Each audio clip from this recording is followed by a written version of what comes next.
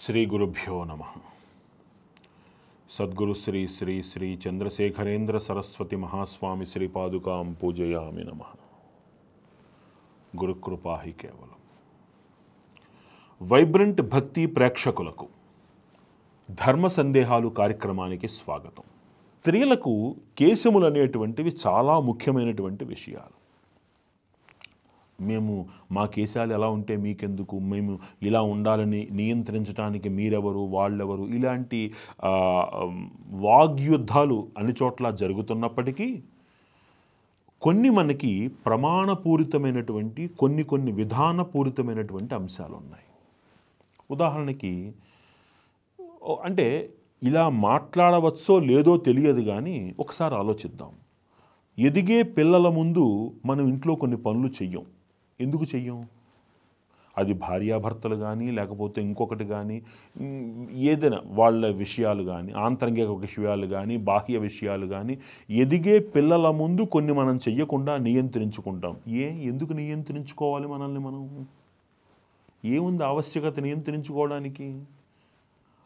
మీరు అలా చేసినంత మాత్రాన పిల్లలు వాటికి ఆకలింపు అయిపోయి వాటిని వాళ్ళు మనసులో పెట్టేసుకుని వాళ్ళు ఇదైపోతారా? వాళ్ళు ఆలోచించండి ఒక్కసారి. ఒకళ్ళు డ్రెస్ ఇలాగే ఉండాలి అని చెప్పడానికి మీరెవరు అని అడుగుతున్న వ్యక్తులు, తల్లిదండ్రులు పిల్లల ముందు కొన్ని చెయ్యకుండా వాళ్ళని నియంత్రించుకోవడంలో ఆంతర్యం ఏమిటి?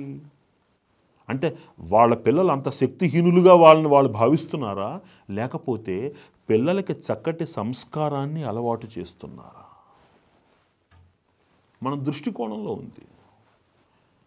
చెడు ఆలోచించే వ్యక్తికి పిల్లల్ని ఎలా కనాలో తెలుసుకోవడానికి పిల్లల్ని కనేటువంటి వ్యక్తికి, మాతృత్వ యోగాన్ని అనుభవించటానికి పిల్లల్ని కనేటువంటి వ్యక్తికి ఎంత తేడా ఉంటుంది?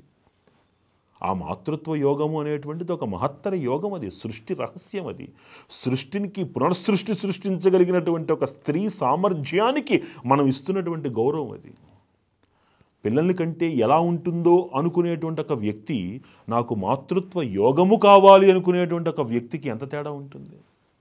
అంత ఆలోచనలో తేడా ఉంది.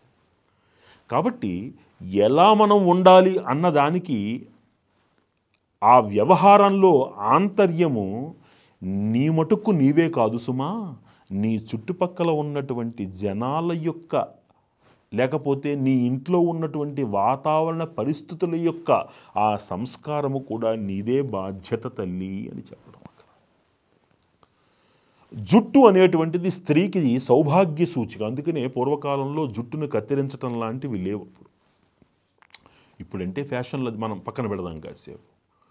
విరబూసినటువంటి జుట్టుతోటి కొన్ని చెట్ల దగ్గరకు వెళితే అక్కడ ఉన్నటువంటి నెగిటివ్ ఎనర్జీ వాళ్ళని ఆవహిస్తుంది అని మనకి నిరూపించడం జరిగింది. అందుకనే శనివారం నాడు తలంటు పోసుకుని చింత చెట్టు దగ్గరికి వెళ్ళరాదు అంటారు. వెళ్ళాలి అంటే ఖచ్చితంగా ముడి వేసుకుని వెళ్ళాలి. విరబూసిన జుట్టులో దాంట్లో కొన్ని నెగిటివ్ శక్తులు, అంటే వ్యతిరేక శక్తులు, నకారాత్మక శక్తులు ప్రవేశించేందుకు అవకాశం ఎక్కువగా ఉంటుంది. కాబట్టి అలా మనం వెళ్ళరాదు. సో గుడికి ఆడవాళ్ళు ఎలా వెళ్ళాలి అంటే జుట్టుకు ముడి వేసుకుని వెళ్ళాలి, జుట్టును వదులుకుని వెళ్ళరాదు. సర్వం శ్రీ లలితా మహాత్రిపుర సుందరీ దేవి దివ్య పాదార విందార్పణమస్తు. శ్రీరామరక్ష.